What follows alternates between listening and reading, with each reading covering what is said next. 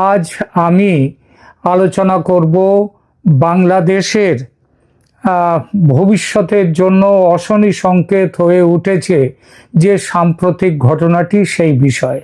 হঠাৎ কেন পরিস্থিতি এমন হলো আপনারা জানেন। অপরাধ ট্রাইব্যুনালে সেনা অফিসারদের বিচার করা নিয়ে এই পরিস্থিতি।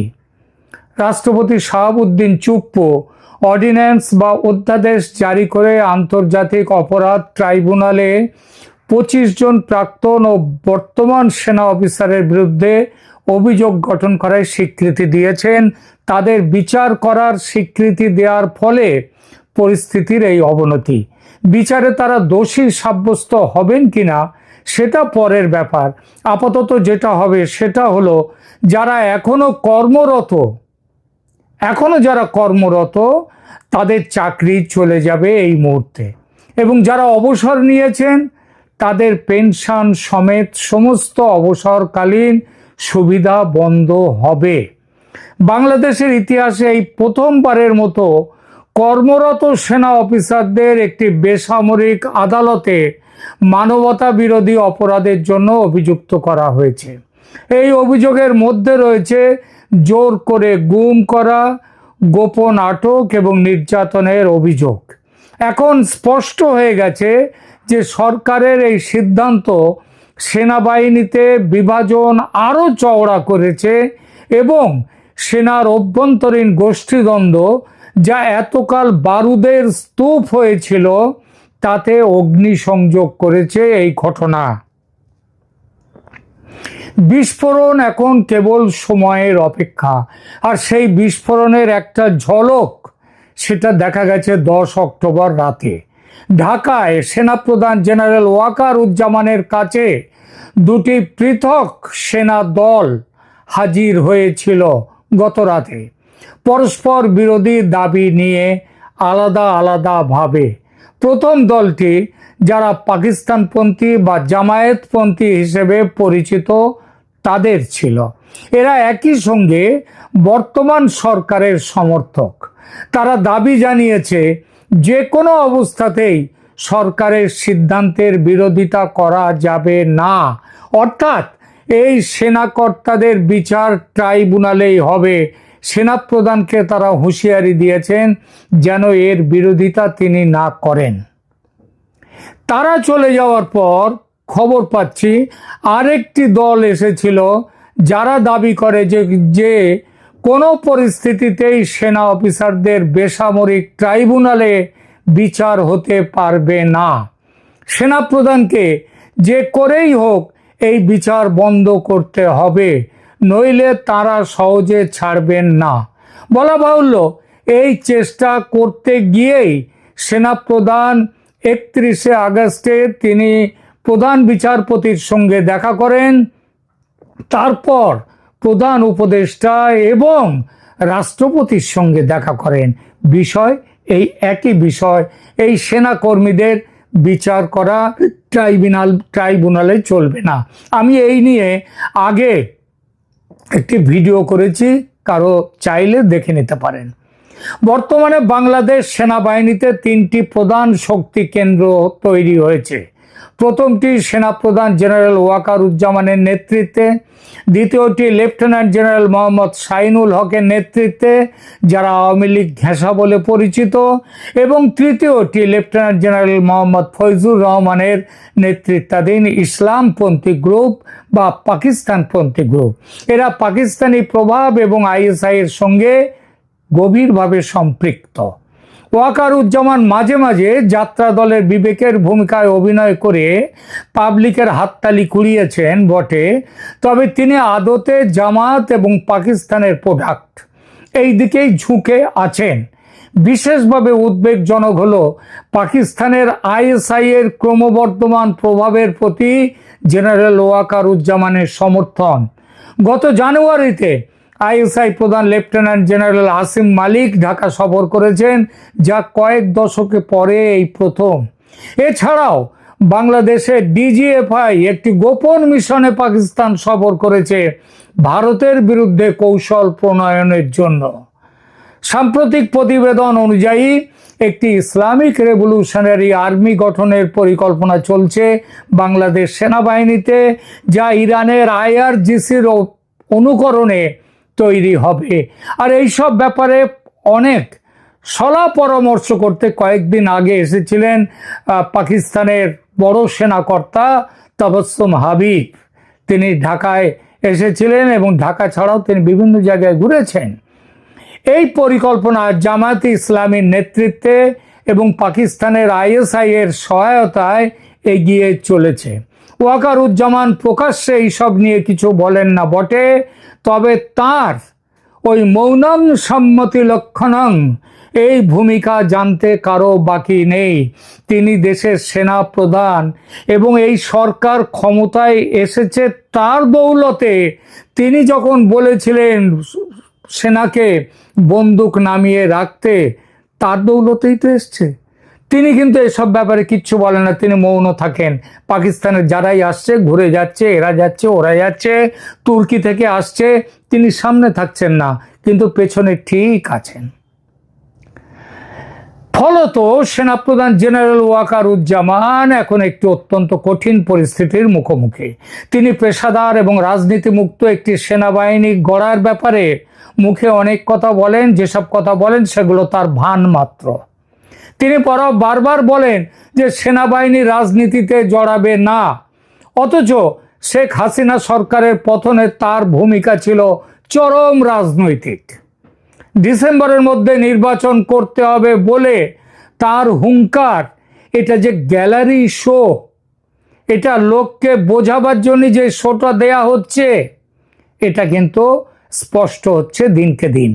সরকার এখনো অবধি ঘোষণা দেয়নি নির্বাচনের, কিন্তু তার জন্য ওয়াকারুজ্জামান কি সরকারকে কোনো আলটিমেটাম দিয়েছেন? তিনি বলেছিলেন বটে যে ডিসেম্বরের মধ্যে ভোট করতে হবে, কিন্তু প্রশ্নটা সেখানে নয়। প্রশ্নটা হচ্ছে যে তারপরে যখন তিনি ফেব্রুয়ারির নির্বাচনের ঘোষণাও পর্যন্ত এটা মৌখিকভাবে দিয়ে বুড়ি ছুঁয়ে রাখার মতো দিয়েছেন, তারপর আর কিছু বললেননি, চুপচাপ আছেন। এর প্রেক্ষিতে ওয়াকারুজ্জামান কি নতুন করে কোনো হুঙ্কার দিয়েছেন, কিছু বলেছেন, কোনো আলটিমেটাম দিয়েছেন? না, একদম চুপ তিনি। এর মধ্যে ক্রমবর্ধমান ইসলামপন্থী এবং পাকিস্তানপন্থী অংশের চাপ বাড়ছে। এই চাপ বাড়ছে লেফটেন্যান্ট জেনারেল মোহাম্মদ ফয়জুর রহমান, যিনি কোয়ার্টার মাস্টার জেনারেল হিসেবে দায়িত্ব পালন করছেন, তিনি পাকিস্তানের ISI এর সাথে ঘনিষ্ঠ সম্পর্ক রাখেন। একটা সময় ফয়জুর রহমানকে নজরবন্দি করা হয়েছে বলে খবর রটানো হয়েছিল। সেটা বিশেষ উদ্দেশ্যেই রটানো হয়েছিল। দুজনের যে লড়াই, অর্থাৎ ওয়াকারুজ্জামান বনাম ফয়জুর রহমান, এর সমস্তটাই হচ্ছে ছায়া যুদ্ধ, সত্যিকার যুদ্ধ নয়। সুকুমার রায়ের কবিতার মতো, ছড়ার মতো ছায়ার সঙ্গে কুস্তি করে গাত্রে ব্যথা হওয়ার মতো ব্যাপার। ইউনূসের ওপর জামায়াতে ইসলামীর প্রভাব এই সরকার গঠনের আগে থেকেই, কারণ হাসিনা পতনের ষড়যন্ত্রে ইউনূস ছিলেন জামায়াতের সহযোদ্ধা এবং তিনি ক্রমশ ইসলামপন্থী নীতির দিকে ঝুঁকে পড়ছেন। এই পরিস্থিতিতে সেনাপ্রধান বর্তমানে একটি দ্বিধার মধ্যে পড়েছেন। দ্বিধাটা কি? যে তার আসল চরিত্রটা এবার লোকের সামনে প্রকাশ হয়ে যাবে। কারণ এখন যা পরিস্থিতি, তাতে দু নৌকোয় পা রেখে চলা আর সম্ভব নয় তার পক্ষে। রাষ্ট্রপতি মোহাম্মদ শাহাবুদ্দিন চুপ্পুর ভূমিকা প্রশ্নের মুখে উঠতে শুরু হয়েছে এখন, এবং সেটা আমি যথেষ্ট তার উদাহরণ দিয়েছি। গত পরশুদিন ভিডিওটা দিয়েছি, দয়া করে দেখে নেবেন। রাষ্ট্রপতি চুপ্পু যে আদৌ ধোয়া তুলসী পাতা নন, তিনিও যে এর মধ্যেই ষড়যন্ত্রের মধ্যে আছেন, সেটা আমি স্পষ্ট করেছি। কিন্তু মানুষ জেনারেল ওয়াকারকে সন্দেহের চোখে দেখা শুরু করেছে কিছু আগে থেকে, মুখ্যত গোপালগঞ্জের ঘটনার পর থেকে। রাষ্ট্রপতি শাহাবুদ্দিন যদি নিরপেক্ষ হতেন, যদি তার মধ্যে আইনি জ্ঞান ছাড়িয়ে ব্যক্তিগত ফায়দা লোটার চেষ্টা প্রবলতর না হতো, যদি শেখ হাসিনার সঙ্গে তার মতবিরোধ শত্রুতার পর্যায়ে না যেত, তাহলে এ ধরনের বেআইনি ও অসাংবিধানিক সমস্ত অধ্যাদেশ, অর্ডিন্যান্স জারি করে দেশের মধ্যে এই বিপজ্জনক পরিস্থিতি তিনি তৈরি করতেন না।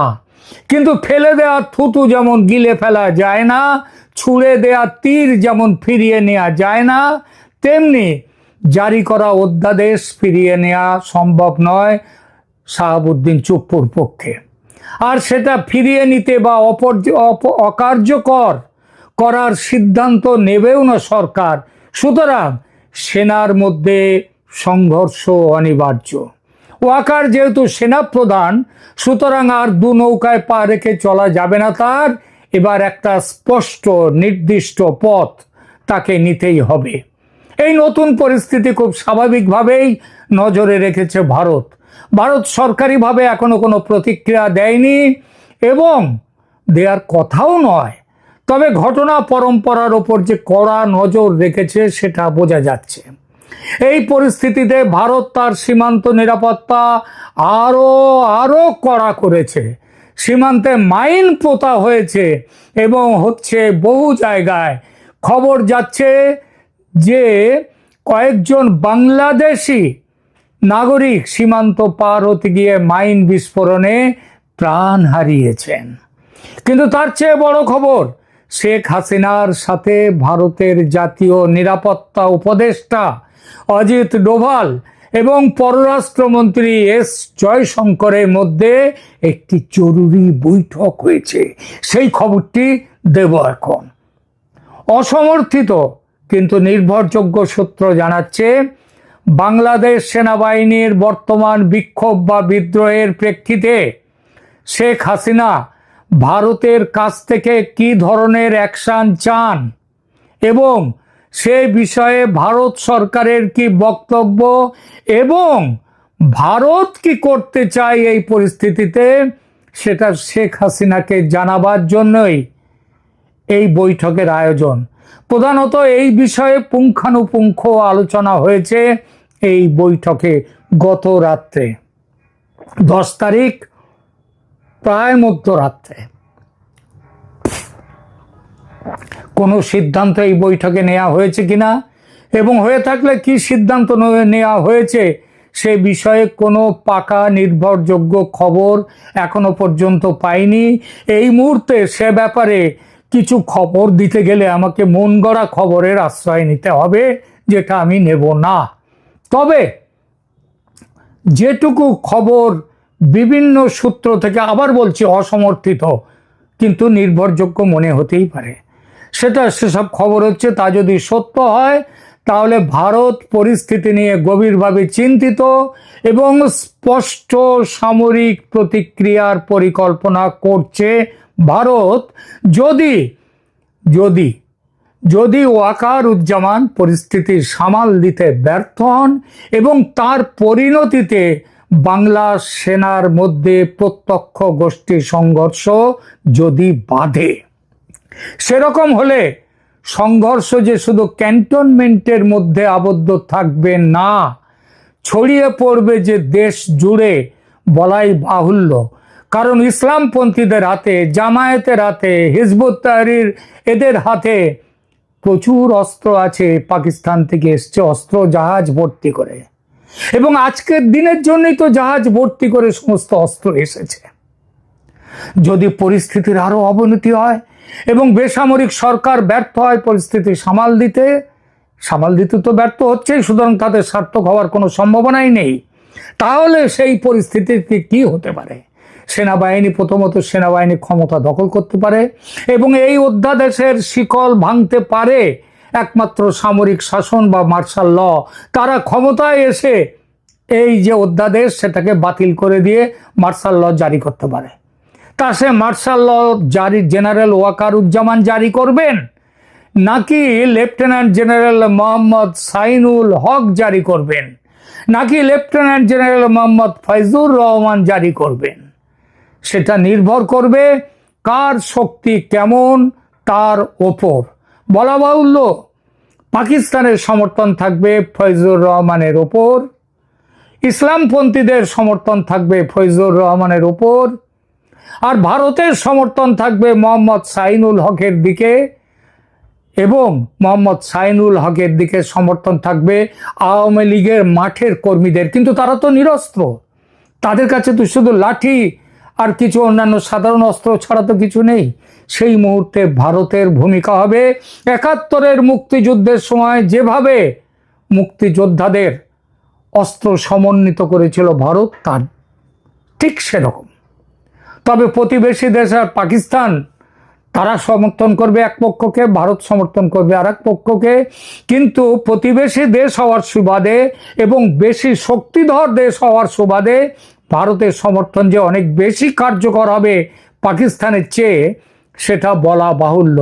এবং সেই গৃহযুদ্ধের পরিণতি যে আওয়ামী লীগপন্থী শাহিনুল হক বা যদি জেনারেল ওয়াকারুজ্জামান যদি তিনি নির্দিষ্ট পথ অনুসরণ করে এই পক্ষে আসেন, শাহিনুল হকের পক্ষে আসেন, ইসলাম বিরোধীদের বিরুদ্ধে আসেন, তাহলে তার পক্ষে আসবে যে এই গৃহযুদ্ধের পরিণাম